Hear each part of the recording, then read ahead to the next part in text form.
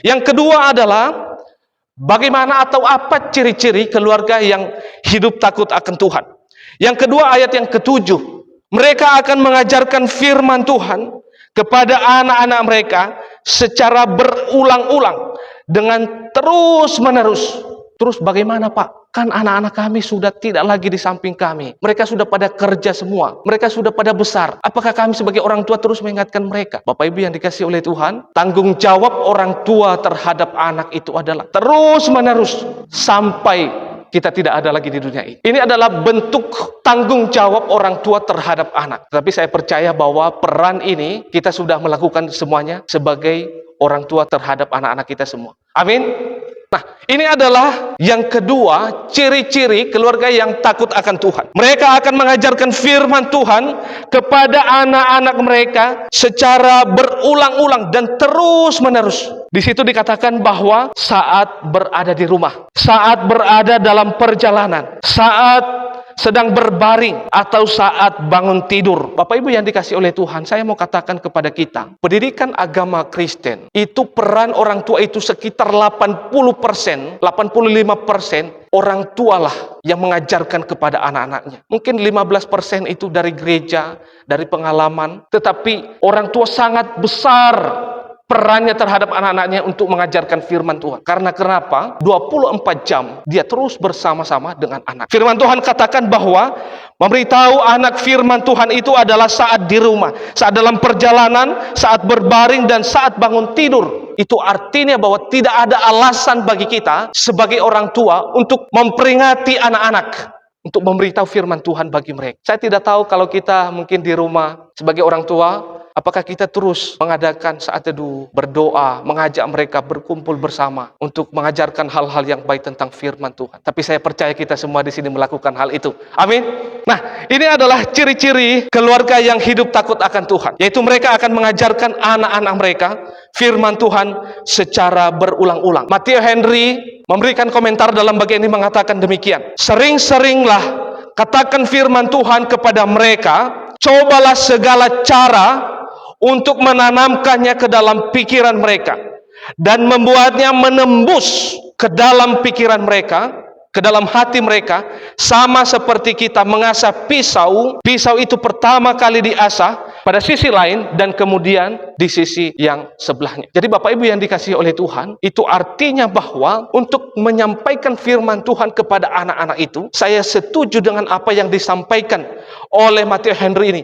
Cobalah segala cara untuk menyampaikan kepada mereka firman Tuhan. Dengan kemajuan teknologi pada saat ini, anak-anak muda itu mereka susah untuk masuk dalam gereja karena dengan kemajuan teknologi pada saat ini. Maka dengan demikian Bapak Ibu yang dikasihi oleh Tuhan, ini adalah menjadi tanggung jawab kita semua untuk mengarahkan anak-anak kita untuk mereka boleh hidup takut akan Tuhan. Saya mau katakan kepada kita bahwa keluarga yang sukses itu adalah keluarga yang mampu membawa semua anggota keluarganya takut akan Tuhan, tidak melakukan dosa. Keluarga yang sukses itu adalah mampu mendidik anak-anaknya hidup takut akan Tuhan. Keluarga juga yang sukses itu adalah keluarga yang mampu mengarahkan anak-anaknya mengambil bagian dalam pekerjaan Tuhan. Saya tidak tahu seberapa kita memiliki beban untuk mengambil bagian dalam pekerjaan Tuhan untuk anak-anak kita. Maka dengan demikian Bapak Ibu yang dikasihi oleh Tuhan, melalui firman Tuhan ini kita diingatkan kembali supaya kita boleh mengarahkan mereka mengambil bagian dalam pekerjaan Tuhan yang ada. Saya juga mengatakan bahwa keluarga yang sukses adalah mampu menerapkan kasih dan keadilan bagi keluarga dan juga anak-anaknya seturut dengan kehendak Tuhan. Tetapi Bapak Ibu yang dikasihi oleh Tuhan, sebaliknya keluarga yang gagal secara spiritual rohani, yaitu keluarga yang tidak mampu mengarahkan keluarganya untuk hidup suci dan saleh di hadapan Tuhan. Jadi Bapak Ibu yang dikasihi oleh Tuhan, jangan kira kesuksesan itu adalah hanya secara dunia, tetapi keluarga yang sukses itu adalah sesungguhnya mereka mampu membawa anak mereka hidup takut akan Tuhan, sehingga mereka nanti memperoleh kehidupan yang kekal itu. Jadi Bapak Ibu yang dikasihi oleh Tuhan, keluarga yang gagal secara spiritual rohani adalah keluarga yang tidak menjadikan firman Tuhan sebagai dasar hidup keluarga dan anak-anaknya, tetapi menurut pandangannya sendiri. Ada keluarga-keluarga, tapi bukan di sini. Keluarga-keluarga, kalau dia anggap itu baik, maka dia lakukan. Dia tidak bersandarkan pada firman Tuhan, tetapi berdasarkan pada pengertian sendiri. Maka dengan demikian, Bapak Ibu yang dikasihi oleh Tuhan, pada pagi hari ini kita diingatkan supaya kita boleh mengarahkan seluruh keluarga kita untuk terus takut akan Tuhan. Nah, ini adalah poin yang kedua, adalah ciri-ciri keluarga yang hidup takut akan Tuhan. Yang terakhir, yang ketiga adalah apa itu ciri-ciri keluarga yang takut akan Tuhan. Ayat yang ke-8 dan 9 mengatakan di sana bahwa firman Tuhan diikatkan sebagai tanda pada tangan dan menjadi lambang di dahi dan menuliskan pada tiang rumah.